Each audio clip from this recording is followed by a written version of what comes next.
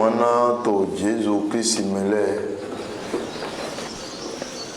to gunjiwo eton le mi yo gbejo eton do gbeto le po to jere me do mi me po mi ni ku do taragbe gan wo ko pa sina mi bo po mi do gbe su sole mi yin do no lo to riveto consinto e la ma gbona no atechito nu to nu ve uno afunwo to ayode to galoto je mi to ma ho ile pon e yo gbega to gbezan mi ton le mi ona mi jiro je boko mi do gbe mo asan egbe ton mi donde e ba si mi to pe do to nu ko ton ni jare ki arawo yo pe to aro mi ton le mi Niche. to je di fi ton me mi en go wi fe de wa jiwe we da mi lo jiwe de na dibo si we to e do di do gbere le me do mi dibo si jiwe wo so na gigwe oyin do mo mere pe inu dida jiwe ton bo ma wa do buri si na jiwe na do sin yan yin sen ton le na do sin yan pa igbe dide to le pa sera e ton le pogo me ne o ko me gbere jiwe ton na ke so do me ne o yi ero ye we gan susu le we kan we bo do ho gbon jiwe ton dari do mo mi do na do buri si na jiwe we ero buri si jiwe ton we ogbe gawana ani don gbetoto bo so zo bo gbetoto yi me ki aro ito do jiwe we de we ni do mo mi do buri si na gbe na jiwe we eni ya le na mi amo a do buri si na gbeto o jiwe we o do aparopo jiwe we le na hun le we aga jo jiwe we do me na hun we do me na wa dagbe we do bo di busi gbeto o bien jobu wa kan to we to le me do chapitre 27 verset 8 ba tako atonu kun awe afo eton chianton Ete tori do me matin buri si jiko ye me matin buri si jiwo eton yin. ero ete tori do me matin do buri si jiwo eton ete we na tori do eton We na jiwo esense. we na jiwo we na san me lose We na iya ni don eton we yin. nu ya ni do eton so yi Be jiwo na si akwa eton. be na to akwa do bo jiwo na se akwa gbe eton We na tu kla wa ji. we na to kra na wa weji we na ma do buri si na jiwo we jiwo de na hun we gan lo we na to kra wa na we awu fi esa wa na we be na ko de na jiwo na da wa na jiwo bo na si yo na we Be wona he home hu ede to ga onu po me. ana wa en ko me mu de we to gan ho nu po sinu kon Bona no yiro jiwo eto jirele po me. Ye na pono mi. ero yi na kun ye ko to jire me Mo lo jiwo eton wa dari. lo jiwe to me de no do buri si na jiwo ro bunu wa jure ton lo wi Ene ke tin to ga onu po de. e ti do gan ho nu po de Wenye manado nugrogba. jo bure mo nu e ti do gan ho po de we mi ma na se do nu gro e mi na se do gbangbara gbe to re po bo ina mo na o si yan yo de na si so ne ka jiwe we do mo ko me jiwe we ton wi Ta yego. Popo mi lo su tan ko mo en. Lo ete otu yehimi lezun ovo pátápátá. wa en gbe to susu sun ovo pátápátá to jo enu kon Eke mi ma o me ina kande ton. elo e we mi ma me yin na kan ton To jiko yewede. to jiwe we de Bodo oyu nukun biana mi to le e ton. ma ka do buri si na jiwe lo bolon gidi mo tun afo sen to reji yo le we me yin na kan mo Keye mo ison ganu pode. we En yehin ovie ton le yin jideji. Ohilowe etina. Bodo yemana e lo yi. ni de violence gide yi o hiwe etina we Bodo yemana yi aklado pe kona ovikun eton legba. mana yi nudu do pe kan na vi kun eton vivi eton le we Enele repo son yeme. we nu eto jijo do gbero me na buri si apon we do so de ma do buri si ajiwe na do pa yo sen da eton we do mo tu ka to ni eton ye do ta so ede le bo tun di don ti atetin nu ve mu ti Weye na di to kume. Asushi osi eton le mato na pasi avigbede. e do mo ye po mi le po yun do mo iro budi si ran ji ko ye we e no ren ogbe ga wa na gbe to bo soro yen awugbo wa na ni don be jobu so adoto o ta eton foton me afo eton gban anu kun ene Job chapitre 15 verset 34 à 35 oui Na ogbe matin budisi jiko yewe ton. iro gbe eti bo ma ti do budi si jo eton to ayon e me Na iwen sino. iro ina yin we si no to jo e de to nususu me Omi ona so fi ogo ho padu tole ton le. you na fi ogo opadu to le ton amoro moro we na ki to le ma ti do budi si jo we boro henu gbere o vi e to le to egbe di mi na fi oko e to le du bona enu gbere to ego oui ye mo danu ho ina mo danu ho bo sojo nyina wa jegbonu ina to jegbonu hoto ye ton so wule awuna oklo o to iton le wa wule awuna oklo bo inu to inu zo le club lo ta so ide le we mi no do budi ti na ji ko ye me da mi amati do budi si amo edo to we so ya jo wa nton o ta iton wiyene afo eton nsianwe boto dido to gbelele me domo mi dibusi jiko yewe dibusi jiwe bo so na gigwe o na gigo jiwe na we da we ni ton ko wa we dida we ni ton e ko sepo mi so li ta ne wo ke da o no ero mi ni bi ta ina me da o no aigba ohu bo asisa ototun lepo anga de vole de mo ye ko ma do buri si na jiwe yewe e da o no kwa aigba po mo da okure o tole mo da tinpo kanpo we kwa da yen po ye ko re igbe to gbongodo bo akara wa to budi si na e hon merun re awon dibusi na me si yan hu bo mo yan fon yen ko ye po me si yan hu bo an so fon ro mero mi na dibusi ko to mo Job chapitre 4 verset 6 e do to dido na yen ko ye ko mo mi do budi si na ti ko ye Job o ta eton ene afo eton chiropo be budi si jiko yewe ton tu donu ma we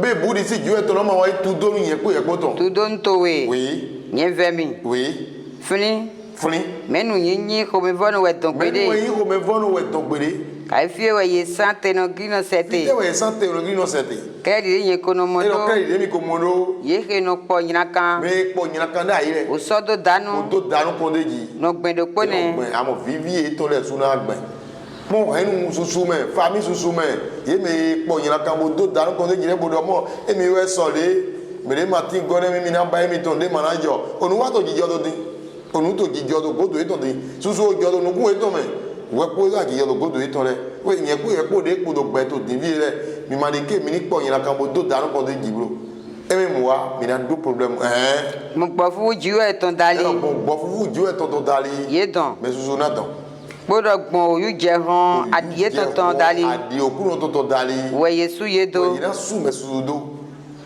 o ni atọkun Job toujours chapitre 28 verset 28 o ta etan ko atonu kun atan afọ etan so ko atonu kun atan gbọ́dọ̀ ran gbẹtọ e domo gbọ́dọ̀ ran gbẹtọ e domo da yego budi si okunu ton ero budi si okunu ton ene we nuyan gbọ́dọ̀ na to fún ison yin me we un tuntun budi si okunu ton we nu dagbe na yen ko yepo we do David o kanwe to Psalm 115 me o ta etan kanwe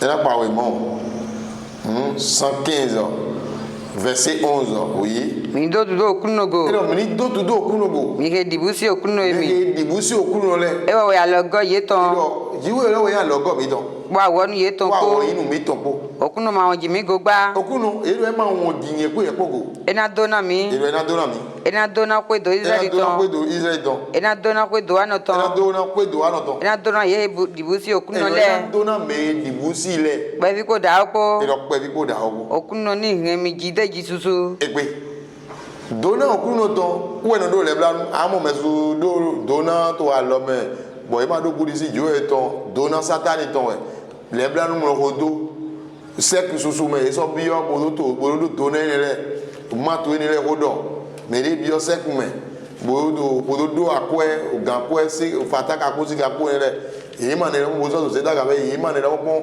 okuno we do ne mro e ma to do budi si okuno ton e o nu ejure le ba si yen ko ye ko ni we te ni do budi si na ti we ni a to pon 102 Psalm lo su verset 15 102 o ta eton kan we ko nu kun we afo eton foton do je foton kun lobo mo we ko sile na dibusi oyin okuno ton iro ko sile o su gana dibusi oyin okuno ton akolu aigba ton le po na sono dibusi gigo to we iro akolu aigba ton le po no dibusi gigo ti we ton na okuno ko zoni dote iye me ni akolu to egbe ni ama dibusi juwe anwaze ojuro to we do nu ko na gbeto le bo ojuro ma ko do ojuro jiwe we ton ina gbe o me dogo oui Ewo kuswa ki ato gigo etome.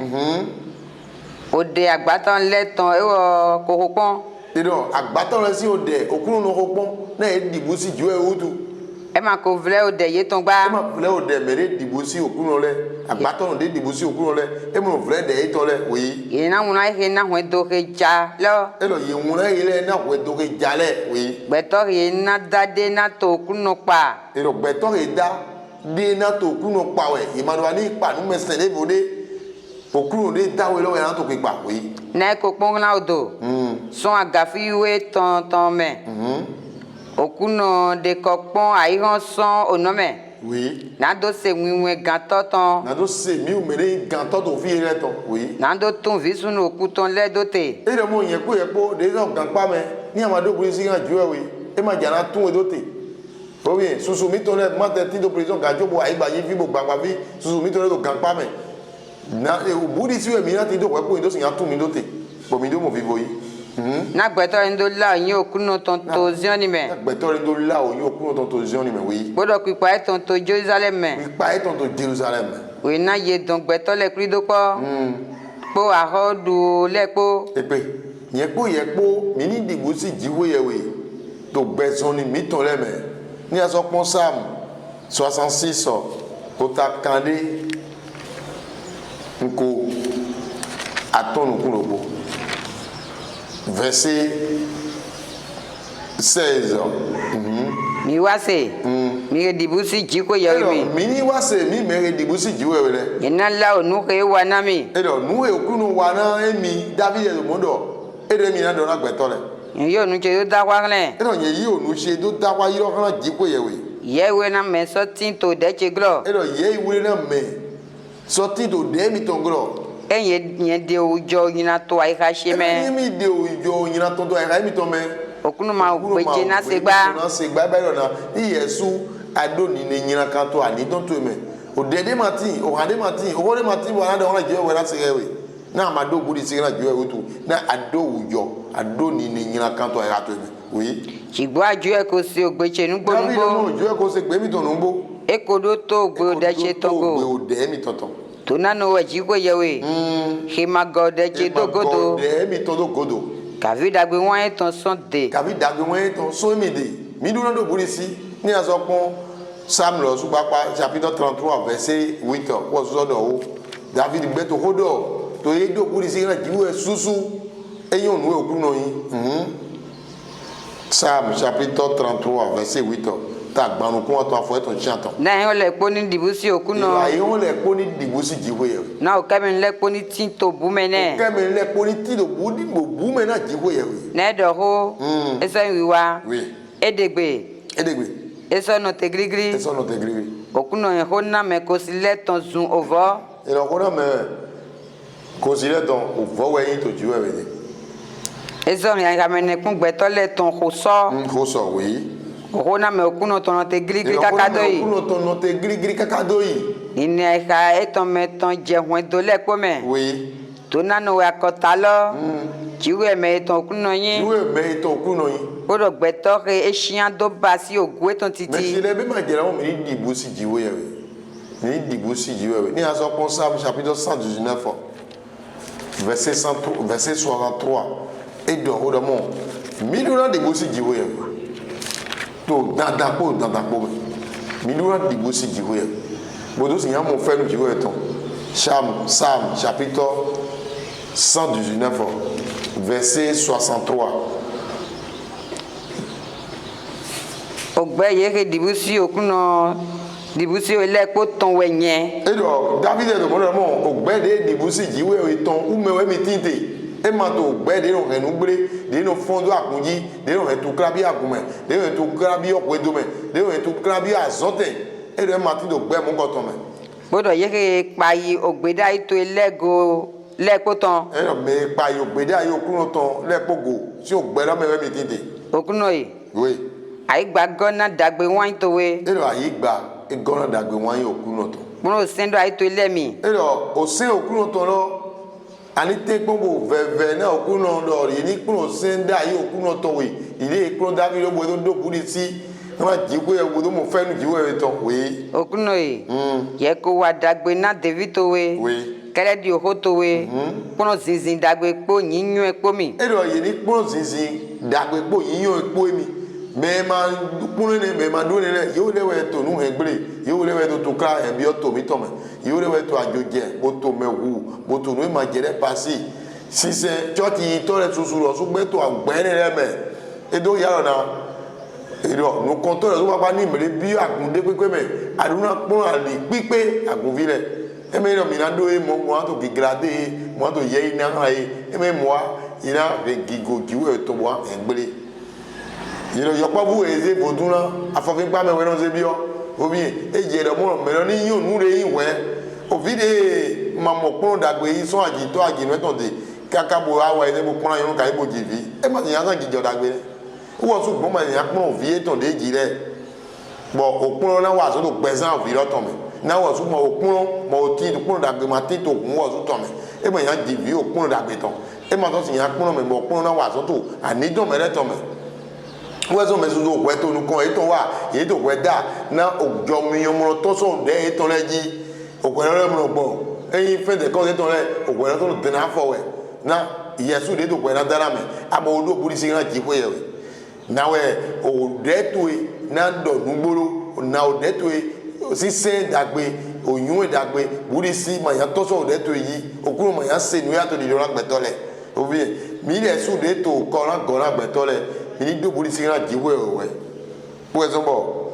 Psalm 147 Exode Odoga Psalm chapitre 147 verset 11 à 14 pour surtout Odo donc na midura do buri sina jiwe oui okuno tindo ho me undo yere dibusi lego ere okuno tindo ho me undo yere dibusi lego do yere to todo to dagbe won etan leme go me to todo to dagbe won etan leme pa okuno oui midura pa okuno ye Jerusalem we oui pa jiwe eto we mi pa jiwe o mi ton ye Zion ye oui na we ko hen opati hon gboto iletan sien me lo we pati mere do buri sina jiwe le ajo to le no na do bi o ko eto le gbe wa mo no pa kan ye go do pa kan aga kan ti o pa kan ma ti do fun le kere o pa wa e do pohun e le ko en pati eto sien oui e ko dona vito leto hoto we me we na dona o vito leto hoto me na do buri sina jiwe we mo fi lo le lo so ton ye do ho do na ye so na josi ye na do buri si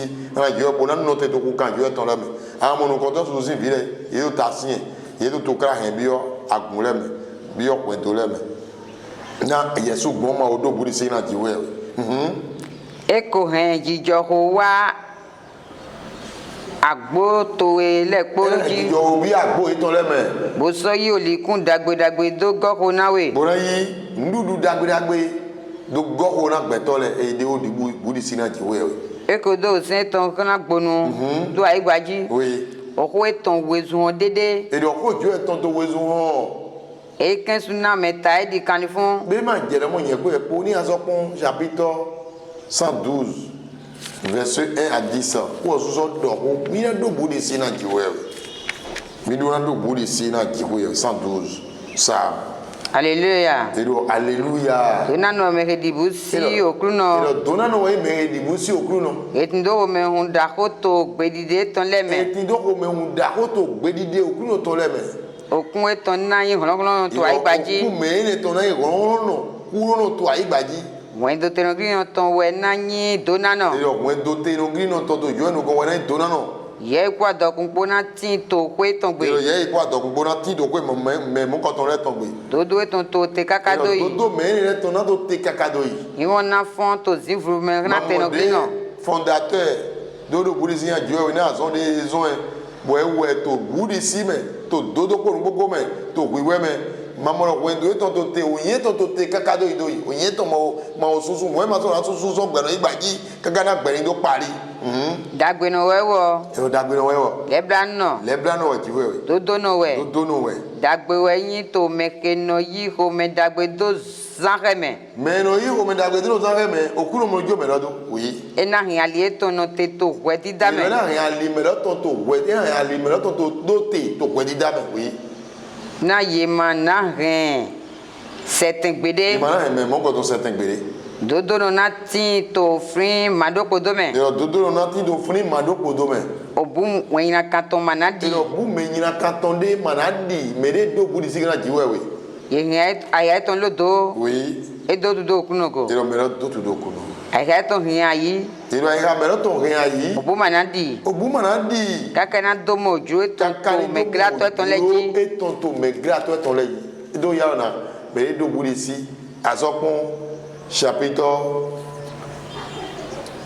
Samuel le premier 85 verset 9 ou ce de Rodo oui Ngbo on ga ton sekpo yeke dibusi le et on ga okuno ton sekpo me dibusi le na gigo ndono no ai gba mi ton ji gigo ni ndono no ai gba eton yi dagbe wan po nugbo po ko je ye nozo e dagbe wan po nugbo po ye ko je ye nozo go dodo po jijo po yinu donu go na ye nozo dodo po nugbo po yinu donu go na ye nozo nugbo na ton kun son ai gba me nugbo na ton kun son buri si to me dibusi jo re si ai gba me dodo na ton kun son ai gba lo me nugbo na ton kun son ai gba lo me dodo na so de nu kun jegbonu son onome dodo na de nu kun to jegbonu son onome we nugbo okuno na na ene ke yin dagbe mi yo nu yin dagbe okuno na mi we ai gba mi ton na so rin ale ton wa ai gba mi ton na rin ale ton wa we dodo na jenu kone dodo na jenu kona me ena so de mi do aliho afodide etontonji mi do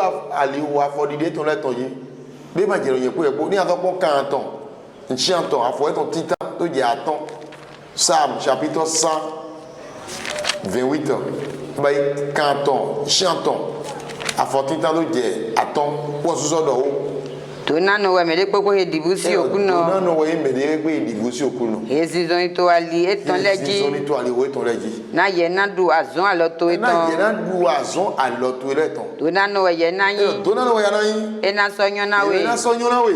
Asito ina tadi o 26 seno. Asito ina tadi o 26 seno to asaba o kweto eton. Ofisun to le na tadi ati Olivier. Na tadi ati Olivier le do ta photo pe Dayego. Dayego. Do lewe dawe dibusi okuno na idona no do. Dibusi dawe lo dibusi okuno. Lewe na idona no do we. Okuno na dona we son zion ni me. Okuno na dona we son zion ni me. E na somo dagbe Jerusalem ton. Dagbe Jerusalem ton. To azan gbe to eton le po me. To azan gbe to eton le ton. Nugbo ye na mo ovisun to le ton. Oui. Kijo ni tin to Israel ji. Kijo ni do tin to we do to le me. Asopon o ta eton ko aton. Afo eton uyawe. Wo suso do hoga. To ta eton ko aton afo eton uyawe do je uye ni Sam lo. Wo so papa do do buri sigo. Dawe te dibusi okuno. Ero dawe menu te ka dibusi okuno to ayigba eji ka wi to agunle me. Ewo we na ayigba loji we. Ewo we na pon alihe na de. Ewo lo we na pon alihe na de. Ayika to na sin to dagbe me. Ero ayika me lo to na sin to dagbe me. Okun to na so dugu ayigba ton. Okun me lo to na dugu ayigba ton. Ashi okuno to tin to ye dibusi le de. Okuno to no tin to ye dibusi le de be lo pe ko de na jo ina on do yawe. E me mere sanu do nu kun ka gbogbo crayon ne bo do mi to akiri no era ki okuno to nu imo okuno to lo su pa na wa gbon mere dibusi re de bo yen do akiri siso le ya e nde ma ono si improvement do we e na so he yan ale nu eton na he yan ale nu eton nu kun che zera na okuno dali we popo nu e do nu kun David ton e no zera na okuno dali we popo nu e ma na na don afoche son odo lo me e pe we nu na mo do don afoche son odo me et Amado Seigneur Jai. Nous avons chapitre 34, verset 9 au sous-ordre au taïton. Ban, nous couons à fois ton chien. Et dibusi okuno. Mi me wiwe ton emi. Non, mi dibusi okuno, mi me wiwe ton le emi. Na gba gbode mati na ye ke dibusi legba. Gba ki go mati na me dibusi legba. Elo. Kini vule no gwagba. Uve sono huye. Shigba ye ke to okuno dile. Okuno dile manano matundo nu renyo. Wa mi yopo emi. Elo mi o vi jiwe ton le emi. Na otomi. Ni na oto jiwe ye we. Ina pon osi okuno ton mi. Ni pon osi jiwe ton ye ko. Dawe te we jiro gbe. Elo menu e jiro gbe to mi me po me to aigba eji. Bo so iwan na zanga. Iwan na zanga. Ne woni do to dagbe na mo. ye ko ino to dagbe mo to kru no si De o de to so danu me. O de to so danu me mi ma mo me to nu don le me to avun ore bo to kra e bi akun me do me le ye ma de o de to so danu me ne bodo Bodo no fro to so klodi do me. Fro to so klodi do me. Ton so danu me. Ko e ko ni to so danu me. Ono wa dagbe. Ono wa dagbe. No di jijo ho. No di jijo ho. O so da fo ne. Ono da fo na jijo ho. No ko kuno ton ti gran dodo le dali. Ilo no ku kuno ton no ti gran dodo le dali we. O to ton so hunna ogbe ton. O to ton so no hunna ogbe ton. No ko kuno ton sin do ye ke to nyina wa lego. Me to nyina wa le no ku kuno ton sin do ego e mo na do wa le. Ado sa ofni ye ton so ai gbaji. Ni anyu le mo lo buri si matine mi boyi le mo ina sa ofni to se so ai gbaji. Me zuzu e ma do buri si na jiwe we le ofni ye don yo sa se so ai gbaji bre ma ofni ye ba. Vra wo ina za ofni ye na nyina kan de do sin. E je yin ko ye ko ni aso kun chapitre 22 Psalm verset 23. O so do wo owe David ton lo o ta don korukun afo don korukun ton. Ni ye dibusi okuno mi. E do mere dibusi okuno le mi. Mi pe. Ya mi fo mo ro pepe. Mi okun Jacob ton le po. Mi okun Jacob ton le. Mi pakigo ne. Mi o pakigo na jiwe. Ono dibusi. Ono dibusi. Mi okun Israel ton mi. Mi okun Israel ton le ko. Ne ma vle. Na okun mi ton lo ma vle ne. Mo ma gbe won na no kun bibia. E vle we, e mo se to nu mo mo le vle ne akato to u o me. Bo so to nu me sen de vole gbe godo. Okun mi ton lo ma vle ne. No kun bia an le ton. No kun bia no le sin okun no e ma. Moi ma na yi no kun eton relason ego. Mi o mere dibusi le, e mo no kun eton relason mi go ne oui. Shigba we na e da kwa yiro e. We na adawa yiro e. Ese. E na se ma. Ye dewe pipache santo agunda home. Ero, diwe dewe pipa mi ton santo agunda home me. Yina de pache to nu kan o meke dibusi le ton. Ero, diwe de mo mi an de pa mi ton to me dibusi mi le ton. Oui. O mi on le na du. O me mi on le ina du dagbe diwe to. Ina so pe kona ye. Ina so pe kona ye. Ye ke to kuno din le. Me to kuno din le. Na so pe. Be yen ko e po mi de to kuno din le. E te e to mi to ne bodin. Ìyẹn pé ẹ̀pọ̀ ìrẹ́dò kúrò dílẹ̀ odó kúrò sí ìran òkúrò lẹ̀ obìnrin mi náà dùn dàgbé òkúrò tán òye. Bọ̀ àìhà mi tán ní tí n tó gbẹ kákádó yìí. Bọ̀ àìhà mi tán ẹ̀nà tí n tó gbẹ kákádó yìí. Àyàn podó lẹ̀ nánà fún ni. Ní mi tẹ tán sọ àyígbà jí fi àníjàn mi tàn mọ̀nà kù ẹ̀ mọ̀nà bí ọ̀ ìyá mẹ́ ẹ̀ mọ̀nà bí ọ̀ tó kíra mẹ́.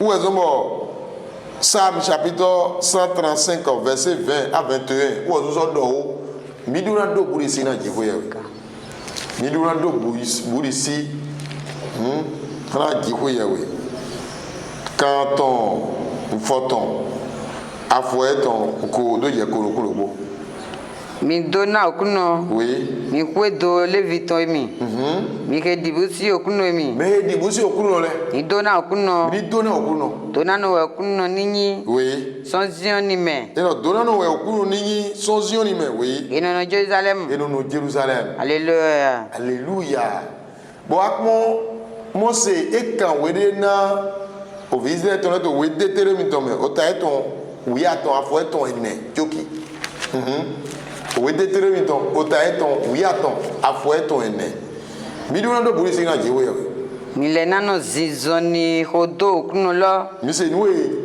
Mose do na ovizle ton elo mi ule nano zizoni hodo kuno lo jiko yewe mi ton ono dibusi ono pa igbedide ton lego ono pa igbedide okuno to lago o se to na ogbe ton mo se to na ogbe okuno ton mi le bona sono sen bo mi na no sen mo sono sebo doede mo no sebo doede e ba lo na mi na sen mo sebo doede to yi me de do okuno le me to la do okuno le o ina don mi no sebo do okuno de ku e so mo we yewe hodo toto otayeton uya we afeton uya to je uye ne edo na mere duna do burisi mi duna do burisi anjo we edo bo minisi opodo ko le po pete ton bo minisi opodo ko le po pete ton dibusi jiko yewe ye ko do dibusi jiwe o so yin o sen ton le o sen ton le na hewe azon gbe to le po ton pete gbe to le po pete ton na ju na hen azon le lo po wa we dida kan azon mi to le bi do wa to fi ele na re po wa we dida kan po nu wiwura le lo po oui eyin dagbe kavi yinyina mi do de busi jiwe we we so mo we so lu si ton o ta ton foton nu kun aton Afouet ton konou le pour dire quoi ton Exode chapitre 18 verset 21 à 25 ans. Midura dibusi jiho yewe. Bodo sinya mo dagbe to juwe we si. Ou mo yena conscience gbeto leme. Et donc yena conscience gbeto leme. O me sudego. Et donc me sudego. O me moton ko ke dibusi jiho yewe. Maman no yedo comité le di alors par to agunle ji.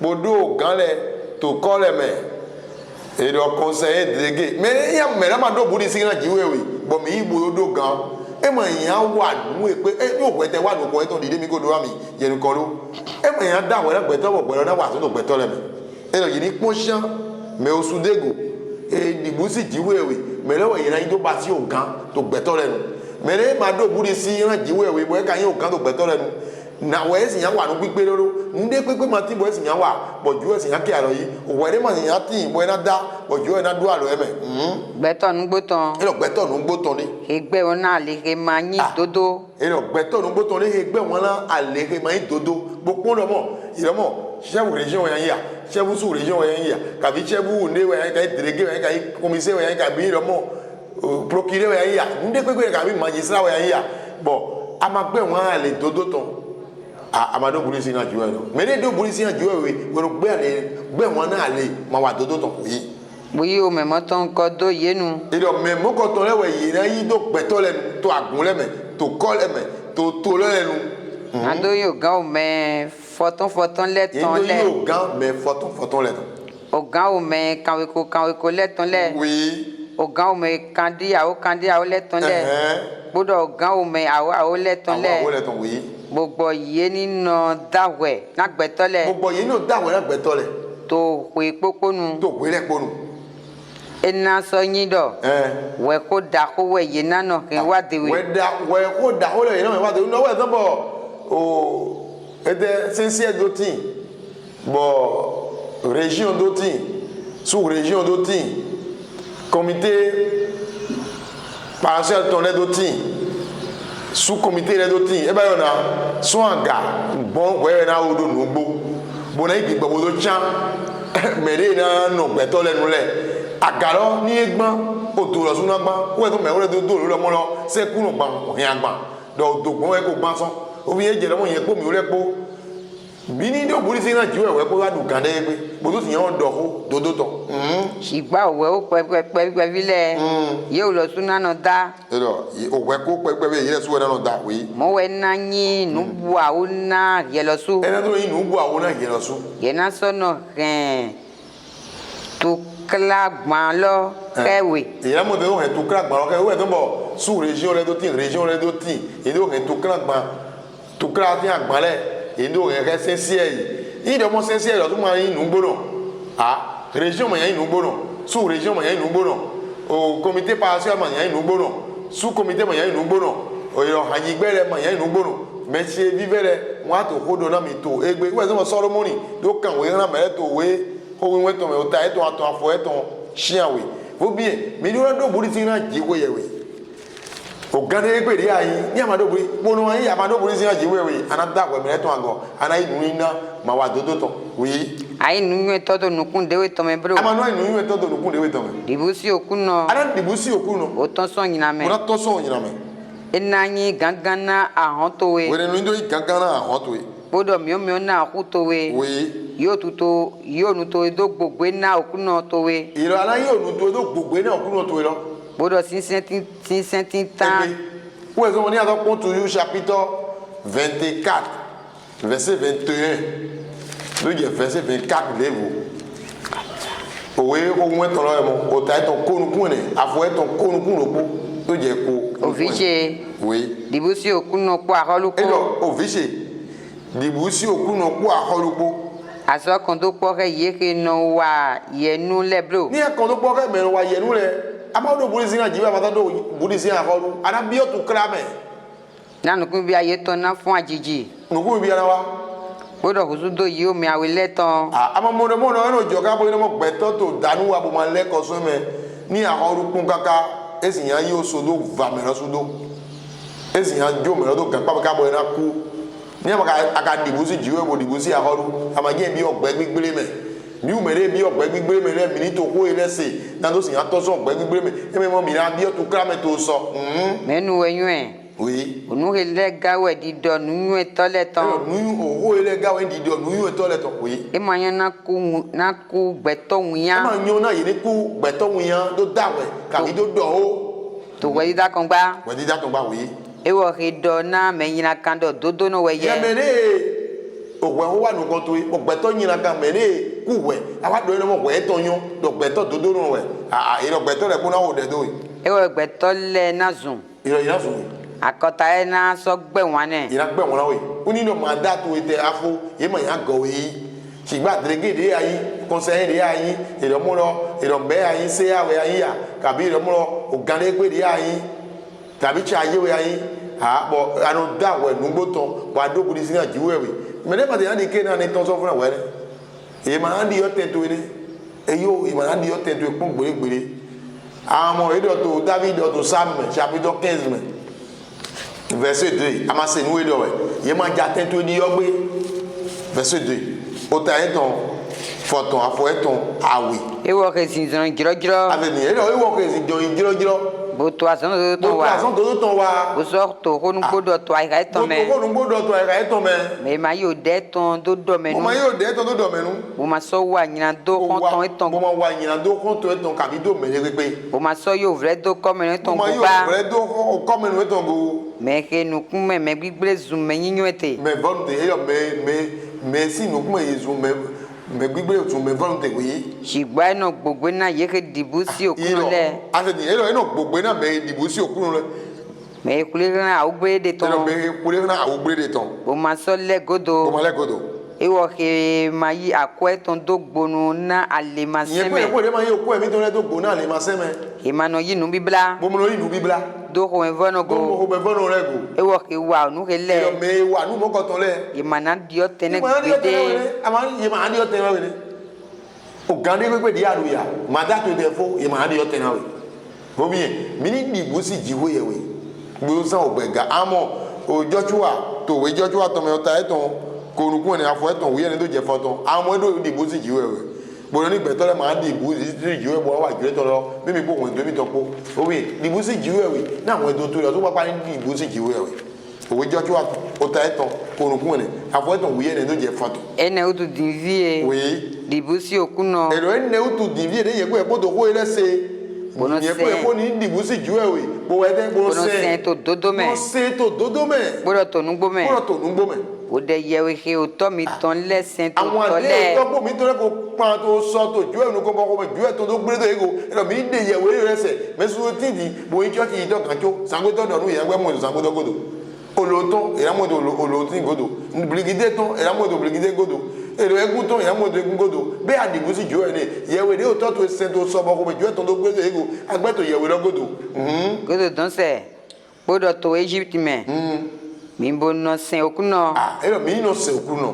gbọ́dọ̀ ẹ̀yin sọ ya di ònyìnà hàn mi. ní ìyẹn kó yẹ kó ní òkú náà sọ ya hàn mi ta ẹ̀ di ònyìnà. nàdó sẹ́ òkú náà. nàdó sẹ́ òkú náà. mi bó de tó azan kegbe. mi bó de tó gbẹtọ rẹ kónú kan náà yìí lọmọ òkú lọ ẹsọ ọkọ yàrá mi náà dènà kan wẹ wọ́n ẹ̀sọ́ mi ló ti sẹ́ ló gaba gẹ̀gẹ̀ oui. mẹ mìíràn nọ sẹ́n. mẹ mìíràn nọ sẹ́n. ẹ̀yin yẹ̀wé he òtọ́ mi tán lẹ́sìn lẹ̀. ìyẹ̀wé de òtọ́ mi tán lẹ́sìn tó sọ ọmọ ìjọ tó gbé tó ego rẹ. etí tó tọ́ lọ́gọ́dọ̀ tán. etí tó tọ́ lọ́gọ́dọ̀. kàfi yẹ̀wé amúnilẹ̀ tán lẹ̀. kàfi yẹ̀wé amúnilẹ̀ tán. àìbọ̀ amẹ́kẹ́ tán jí mi nínú lẹ̀. oui. ṣùgbọ́n náà yẹn tán. ẹjọ Joshua dọ néèmì tán. kpo kwe ṣe kpo. kpo mi tán gbé kpo. mi wúlẹ̀ náà òkúnnù lọ́sẹ̀. ẹlọ mi wúlẹ̀ náà tó òkúnnù lọ́sẹ̀. omi yẹn ní ìyẹn kó yẹ kó náà sẹ òkúnnù mi sẹ òkúnnù tó búrì sí mẹ tó dódó kó nu gbókó mẹ wọ́n ẹ̀sọ́ òwe malaki tán ọ̀tá ẹ̀tàn òwe àtàn àfọ̀ẹ́tàn fọ̀tọ̀nùkún ló kú ló jẹ fọ̀tọ̀nùkún àtàn ẹ̀dọ́dọ̀ òwe malaki tán Malachi chapitre 3 verset 16. oui nínú ẹ yéé dìbò sí òkúnnù lẹ. ẹ lọ mẹ dìbò sí òkúnnù lẹ. tòkó dọ. ìyá tòkó dọ. òdekpo àwítọ́gbó. òdekpo àwítọ́gbó. òkúnnù sọ́tún tó àyè. òtúrùn náà tún tó àyè náà gbé tó náà dìbò sí ju ẹ o tó gbó sáà ìgbà yẹn jíbo tó àyè tọ́ tó òkúnnù kan. gbòsè. gbọ́dọ̀ yẹ sọ wọn náà òwe òfin tán dé. ẹ lọ yẹ wọn náà òwe òfin tán dó nùkan náà yìí. tó ìwọ nùkan. náà yéé dìbò sí òkúnnù lẹ. náà mẹ dìbò sí òkúnnù lẹ. gbọ́dọ̀ Podo reto onyi eton. Reto onyi eton nekpon oui. Ye na yin she. E no mi na yin jiwe eton ye ko e ko na to yin jiwe eton nekpon we bi. We ku na pa eton do. We ku na pa eton do. To azan lo me. To azan lo gbe. E ke me yen basi adokunu alopade. Oui. Kete. Ina gala ye dai. E no ina kara mi dai. Ili o mende no gala visun weton titire to sinsen dai do. Ile o tore no kara o visun weton ke to ti sen dai do oui. We no mi na lego. We no mi na lego. Bo soyan vo bigbon. Bo yan vo bigbon. To dodo no. Dodo no. Po menyina kampo cheche. To iwo ke to jiho ye wesen. Yin e po de to ju ese po me ma to ju ese po se po cheche. Po he ma to sinsen po cheche. Okuno na mo de no kan e do vovo. Ni ado pon to ju chapitre 4. Òwe Malaki dans verset 2. Verset 2. Shigba ran mi re dibusi o yin shele. Shigba ran mi re dibusi o yin okuno ton le. We dodo ton na ze. We dodo ton na zedo. Wa zon gboko. Maman de we ino to di. Wo to prier bayi. Bo ka ran ifire bo bo an to gbe nu. Ogbe de na wo to ju ma yan so wa na we. E de dia wo du se ton na me ran ye we. E we dodo ton na zedo. Wa zon gboko we. To awa eton le me. Mi o le bona so jegbonu yi. E no mi o le bo to jegbonu yi. Bo so to sajiro. Bo to sajiro di oyin. Di oyin vu apometon. Apometon. Mi o le na so zin menyina kan le lododo. We le nu menyina kan de to fi mo to mi ji de. Ina mi na si edodo. To de David o dibusi jiwe we. Mamono edu to àwọn gori aton nkan yi. O mi du an dibusi jiwe we. Bo yo si yan mo fe nu jiwe ton. Wo so mo we Isaiah ton. O ta ton kan de nu kun aton. Avo ton awe. Isaïe chapitre 43 verset 2. Mi amolo mo me de dibusi jiwe we le. Do fe nu to jiwe we de. Oui. We na yegbon osin meje. E no we na ni an do obudi se na jiwe we na te gbon si meje yi. Ina tin hewe. E no kunu lo do mi na tin hewe. To tole shensen. To tole shensen. Ye ma to na shion jiwe. E no jiwe. ma to na shion jiwe. We na ye to zoni zin to shensen mi otan. De e no we na to zoni zin to shensen mi be Shadrach Meshach Abednego le. Ye do dibusi jiwe we. Be akolu ne bukata ma de dran mi yo me. Mi yo e ma fi yo ye. O kan le do bra ye ko we mi ucho we mi yo flo. O yo me le to no mi yo nu bo to si e dran o no do mi yo to mele mi yo wuye e wu me le sigba ndi ma wa ye e ba yo na me le dibusi jiwe ye we.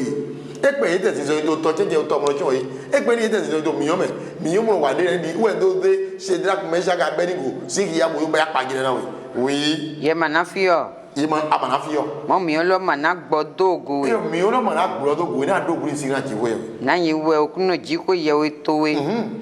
O me wiwe Israel ton lo. Wiwe Israel ton lo. O le ganto to we. O le ganto to we. Ye ko ye jibiti do basi frigo to we. E pe bi àwọn mo lo ye dibusi jiwe we. Àwọn Peter. Bo Johan bo àwọn e do ho na me ye dibusi jiwe ma. Bo du ata gbo to Actes des Apôtres chapitre 4 verset 19. Mamo ye ken mo do ho na mais o to do to da ho le to gan le.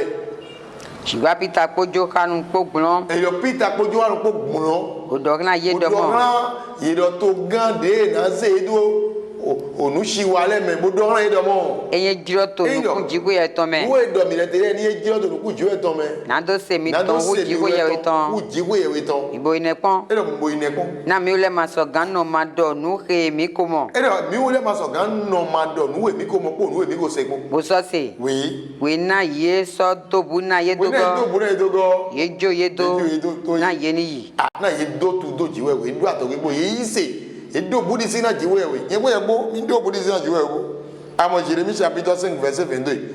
Do je verset 26. Ma se do mo il Jérémie alors so papa edo do budi si Jérémie. O ta eton aton afo eton konukun awe to je ku aton kun logbo. Mi o le ma dibusi mi. Àwọn di lo Jérémie jiwe to ho do gbon Jérémie asi onu me mo mi o le ma dibusi mi. Bodo juro mi ton lewa. We okuno do. We okuno do. Be mi o le ma na si soto nu kan se. Be ma jero mi o gbeto de inu didaju e ton le de yin oko. Bo yi bo yo ba si oze.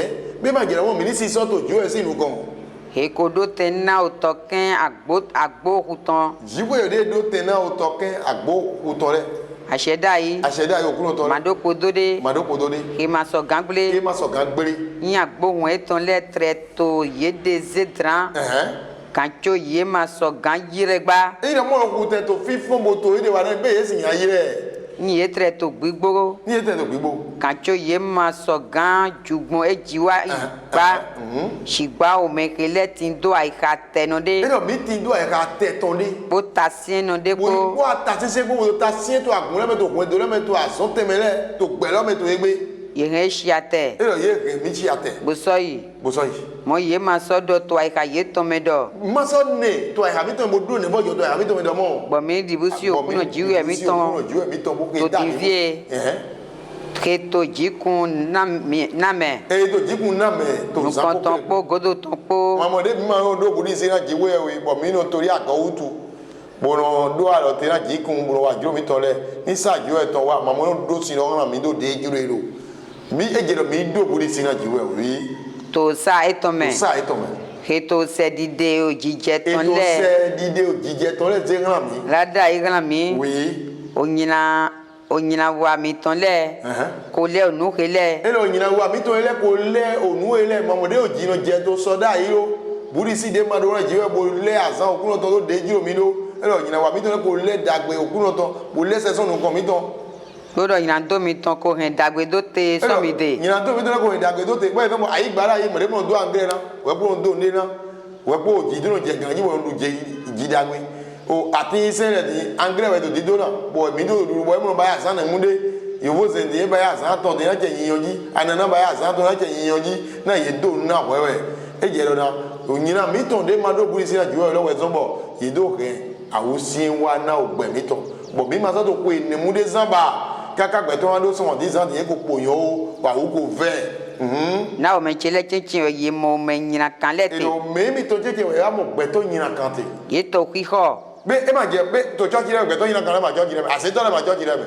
akun anu le so bra to fiti no ke lo to le onu do na me to le ma to church re me di e ro me mi to le jeje so mo me nyina kan te be ni ai me nyina kan to we jo to le jeje bo ma do kuri si to nu ne ko do de we ji to alora no we na to ko ire si dike wule to le to wume we ye do mode ye wule gbe to le mi to gbe to le me nyina kan to me le wule le o ke jade tin go na o ke le do me vive me wana to Jesus Christ mele owe o so ya jo anton pe mi do na mi le mo lo o to ri lo gbe me lo mi ni busi jiwe we lo o re mi do zero do na mi nje nfe gbe to le po mo lo buri si jiwe ton lo mi wa pon owe titan Peter ton na mi o ta eton awe afo eton fo ton ko awe 1 Pierre chapitre 2 verset 17 fo mi do na do buri si na jiwe we bo si yan mo nuku da gbe to ma o si Minodo ye yogo na gbetole ko. Minodo ye yogo na gbetole ko. Mi won na mesun le. Mi won na mesun le. Mi dibusi jiwe ye we. Mi dibusi jiwe ye we. Mi do ye yogo na holu. Do ye yogo na holu. Me vive me won to Jesus Christ mele. Ohogo mi ze do nu komiton to jire mele. E ba ohogo vive de mi do burisi na jiwe ye we. Bodo mo dagbe ma woton. Ni mi ma do burisi na jiwe we. Mi ma ja dagbe to mo gbe. Jiwe jijo na meto ena ko jijo we to do mepoji nse do azen gbe ton e ma yan san yin kan mi nse ina pe to jijo me nse ni ba si gbawo hallelujah hallelujah